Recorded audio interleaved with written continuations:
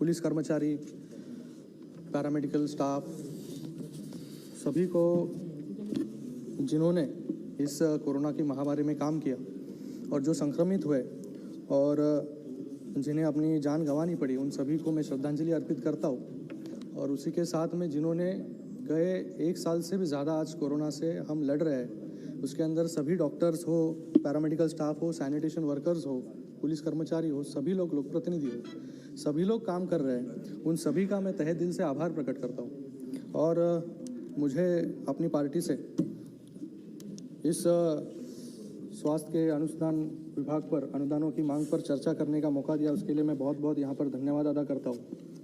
और इस बजट के दस्तावेज का अध्ययन करते हुए मुझे एक शेर याद आता है, मुझे लगता है सभी लोग अच्छे से सुने कि हमको मालूम है जन्नत की हकीकत, हमको मालूम है जन्नत की हकीकत, लेकिन दिल को खुश रखने को गालिब ये ख्याल अच्छा है। क्या बात है, मैं क्यों कह रहा हूँ ये? क्या बात है? क्योंकि आज जो हम सभी लोग कह रहे हैं कि इधर 137% बजट में वृद्धि जो है हेल्थ की गई है, मुझे लगता है कि ये सही पैमाने पर अगर की गई होती तो मुझे लगता है कि इस कोविड की महामारी से हम लड़ने के लिए बहुत मदद मिलती।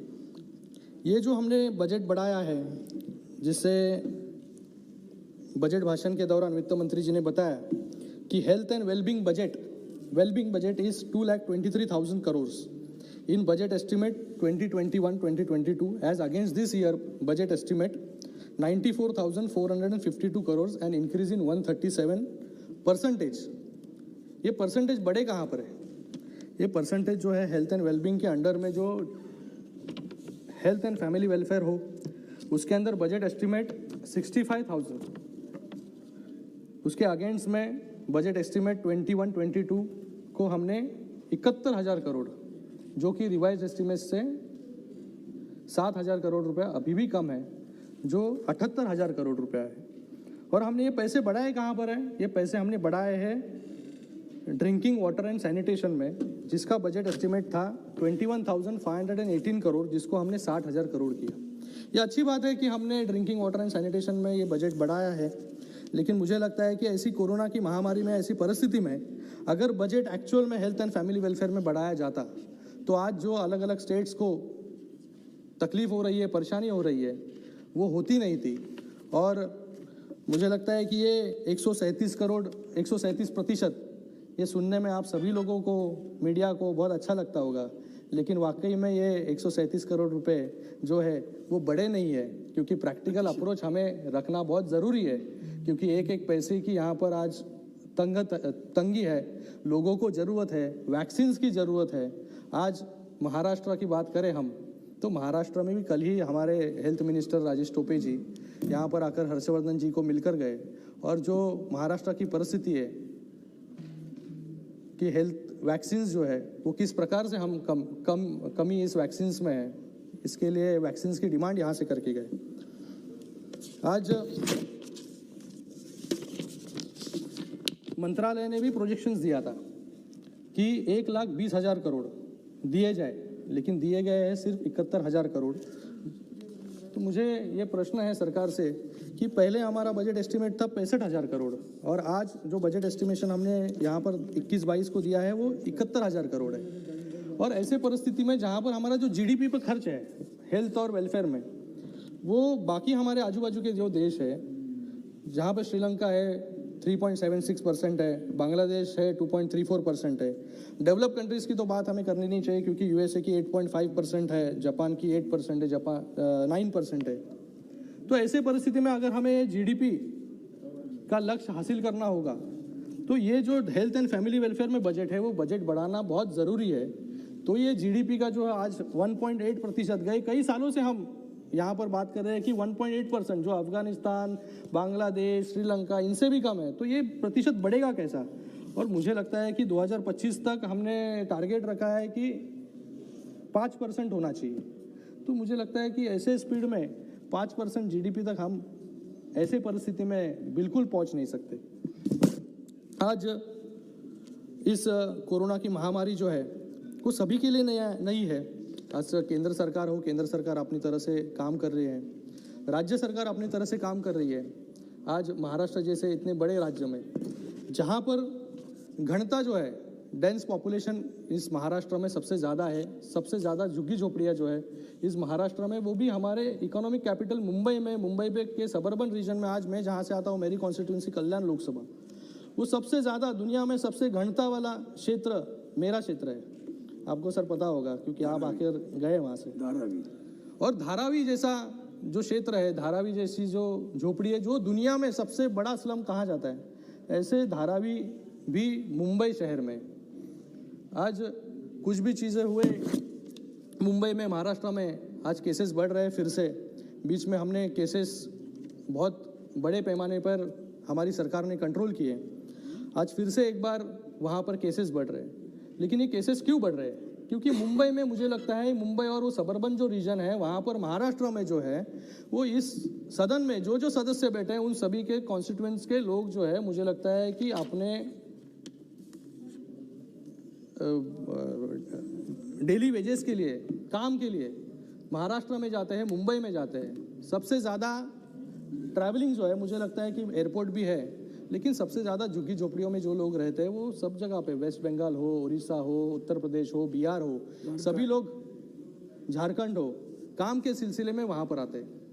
लेकिन ऐसे भी परिस्थिति में धारावी में जिस तरीके से काम इस सरकार ने किया, हमारी सरकार ने किया, महाविकास आघाड़ी सरकार ने किया, ठाकरे सरकार ने किया, तो मुझे लगता है वो काबिले तारीफ है, जिसकी प्रशंसा जो है वो WHO ने भी की, वॉशिंगटन जैसे पोस्ट ने भी की। मैडम मैं की हूँ वॉशिंगटन, हाँ अकेले बोलने वाले, हाँ 1 minute, वॉशिंगटन पोस्ट ने भी की, UN ने भी की कि धारावी का मॉडल जो है वो धारावी का मॉडल पूरे देश में या पूरे विश्व में अडॉप्ट किया जाए, कि इस धारावी के मॉडल में, इस धारावी में जो कोरोना का फैलाव था वो किस प्रकार से कंट्रोल किया गया। ये ऐसी परिस्थिति में जहाँ पर पूरा विश्व जो है, जिस मुंबई में, महाराष्ट्र में कोरोना की महामारी में कैसे अच्छी तरीके से काम किया, इसके लिए प्रशंसा कर रही है। मैं आपको यहाँ पर और एक आंकड़ेवारी यहाँ पर देना चाहता हूँ कि NHM के माध्यम से 2019-20 में केंद्र से 2373 करोड़, सेंट्रल शेयर में से 2023 करोड़ मिले, लेकिन 2020-21 में 2600 करोड़ में से सिर्फ 700 करोड़ रुपए मिले। केंद्र में सितंबर 2020 से मास्क, PPE किट, इसका सप्लाई महाराष्ट्र को बंद कर दिया गया। लेकिन इसके बावजूद महाराष्ट्र ने जो काम किया, महाराष्ट्र की जो आंकड़ेवारी है, यहाँ पर कुछ आपको देना चाहूँगा कि महाराष्ट्र में आज 23 लाख संक्रमित केसेस है, उसमें से 21 लाख केसेस रिकवर हुए, मतलब रिकवरी रेट जो है वो 91% से ज़्यादा है। और महाराष्ट्र की जनसंख्या 13 करोड़ की आबादी में से पूरे पॉपुलेशन के 5% भी इसका फैलाव महाराष्ट्र में हुआ नहीं है, क्योंकि आज हम टेस्टिंग, ट्रेसिंग, प्रोटोकॉल का पालन अच्छी तरह से कर रहे हैं। ट्रांसपेरेंसी है कि कहाँ पे कितने टेस्ट हो रहे हैं, यहाँ पर कुछ भी लुका छुपी नहीं है, कहाँ पर कुछ केसेस हम छुपा नहीं रहे हैं। इसलिए आज हमें केसेस भी वहाँ पर बड़े दिख रहे हैं, लेकिन उसको कंट्रोल भी किया जा रहा है। आज पूरे देश में सर्वाधिक 1,77,15,500 टेस्ट जो है सिर्फ महाराष्ट्र ने किए है। मुझे लगता है यूपी के कंपैरिजन हम करेंगे तो यूपी का पॉपुलेशन बहुत बड़ा है, लेकिन उसके कंपैरिजन में महाराष्ट्र में पूरे देश में सबसे ज़्यादा टेस्टिंग जो है वो हमने की है। आज जब चाइना में 1000 बेड का अस्पताल, I'm the only one, let me speak. The 1 minute's over. एक second madam, 1000 point of order में खड़ा हूँ, पॉइंट ऑफ ऑर्डर। आज मैं यहाँ हमारे चिराग, जो हमारे रंजन साहब बैठे, राजीव रंजन जी, वो जिस पार्टी से आते हैं उनके सिर्फ 4 या 5 सदस्य, लेकिन उन्होंने आधा पौना घंटा बात की। हम 18 सदस्य वाली शिवसेना है। आपका 8 मिनट एलोकेटेड है और मेरी आपसे प्रार्थना है कि ये गलत होगा, विनती है। अरविंद जी, इनको समय पूरा देना। जो हमारा एक ही सदस्य बोलने वाला है, मेरी बात। और आप जानते हो कि महाराष्ट्र सबसे बड़ा संक्रमित है। मैं जो मुझे अपनी बात रखने दीजिए मैडम जी, मेरी प्रार्थना, क्योंकि हर समय में मुझे लगता है कि केंद्र का जो महाराष्ट्र की तरफ देखने का नजरिया जो है वो हमेशा एक सेलेक्टिव रहा है कि महाराष्ट्र में अगर कुछ बुरी चीज़ होती है तो उसको कैसे हाईलाइट की जाए, इसके ऊपर ज़्यादा भर होता है। मुझे लगता है कि हम पूरा एक देश है, ये कोरोना सबके लिए नया है, महाराष्ट्र के लिए नया है, हमारे सबके लिए नया है। कोऑपरेटिव फेडरलिज्म हम कहते हैं खाली, लेकिन कोऑपरेटिव फेडरलिज्म की तरह हमें केंद्र को महाराष्ट्र की तरफ देखना भी चाहिए। जो जो कमियां महाराष्ट्र में है, जो जो ज़रूरतें हैं, वो पूरी भी करनी बहुत ज़रूरी है। आज ऐसे परिस्थिति में जहाँ पर हम चाइना में देखें, जब भी कोरोना शुरू हुआ था तो 1000 बेड का अस्पताल, हम सभी लोग चौंक गए थे, सभी लोग प्रशंसा कर रहे थे कि 1000 बेड का अस्पताल 15 दिन में कैसे बनाया। लेकिन आज इसी भारत में, इसी महाराष्ट्र में, हमारे इसी मुंबई में 1000 बेड के अस्पताल जो है हमने 15 दिन में बीकेसी में 2-2 अस्पताल बनाए। हर सिटी में 1000 बेड का अस्पताल, मेरे कॉन्स्टिट्यूएंसी में भी 1000 बेड का अस्पताल हमने बनाए। तो ऐसी परिस्थिति में मुझे लगता नहीं कि ऐसा कोई उदाहरण कोई और खत्म करने दीजिए मैडम मुझे। ऐसी परिस्थिति में मैडम ये कैसे होगा मैडम? अन्याय की बातें नहीं, कोई मैडम ये अन्याय हो रहा है महाराष्ट्र में, जैसे हमेशा हो रहा है madam. Serious subject. Let me speak. I'll complete in 5 minutes, madam. I'll complete in 5 minutes. Arvind ji, you I'll are free complete to in 5 protest. minutes. Arvind ji, you are free to protest.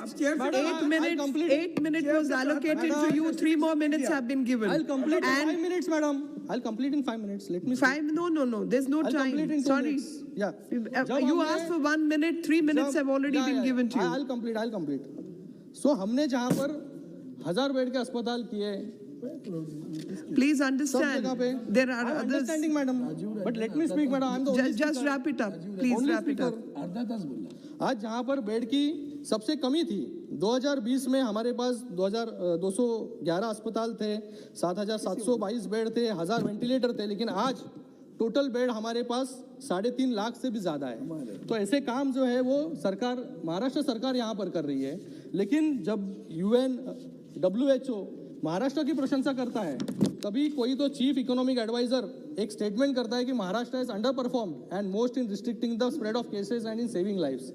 मुझे लगता है कि एक बहुत बड़ा दुजाभाव है और केंद्र के पास हमेशा महाराष्ट्र के लिए कोई ना कोई तो एक संस्था रहती है कि महाराष्ट्र में कुछ भी काम गलत हो तो अच्छा हो, अच्छे को भी गलत साबित करने का काम जो है इस संस्था के माध्यम से हमेशा होता आ रहा है madam.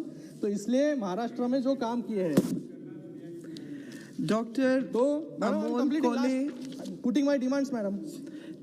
Dr. Amol Kole, please. Madam completing madam. अरे आज Please, Doctor. Dr. Shinde. let me put the demands madam, let me put the demands of All vaccination, doctors- let me put the demands of vaccination madam। कल ही हमारे स्वास्थ्य मंत्री आए थे यहाँ पर, जो डिमांड्स उन्होंने की है कि महाराष्ट्र में 60+ पॉपुलेशन और 45 कोमॉर्बिड पॉपुलेशन को आवश्यकता है कि 3.5 लाख डोसेस की, लेकिन अभी तक महाराष्ट्र को सिर्फ 70 लाख डोसेस मिले हैं। 2,84,00,000 डोसेस की आवश्यकता है। तो जल्द से जल्द मैं मंत्री जी से दरख्वास्त करता हूँ कि आप जल्द से जल्द जो डोसेस है, जो रिक्वायरमेंट हमें 20 लाख डोसेस पर वीक की है, वो पूरा करें, क्योंकि आज सिर्फ हमें 25% जो डोसेस की पूर्तता की जा रही है यहाँ पर, और हम आज 2.5 लाख डोसेस दे रहे हैं, 5 लाख डोसेस हम दे सकते हैं। तो इसलिए ज़्यादा से ज़्यादा डोसेस आप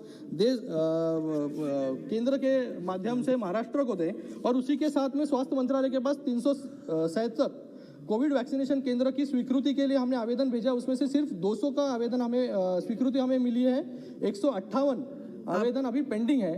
तो उसका भी जल्द से जल्द आप स्वीकृति दें, जिससे ज़्यादा से ज़्यादा डोसेज, ज़्यादा से ज़्यादा वैक्सीनेशन सेंटर्स हम खोल सके और ज़्यादा से ज़्यादा लोगों को हम डोसेज दे सके। इसी के साथ में मेरा तो कंप्लीट हुआ नहीं मैडम, लेकिन आप अभी बोल रहे हैं। आप लिखित में दे दीजिएगा मंत्री जी को। हाँ, I said you can give it in writing to the minister. या I will give Yeah, please. Thank you. Yeah. Dr. Amol Kole, please.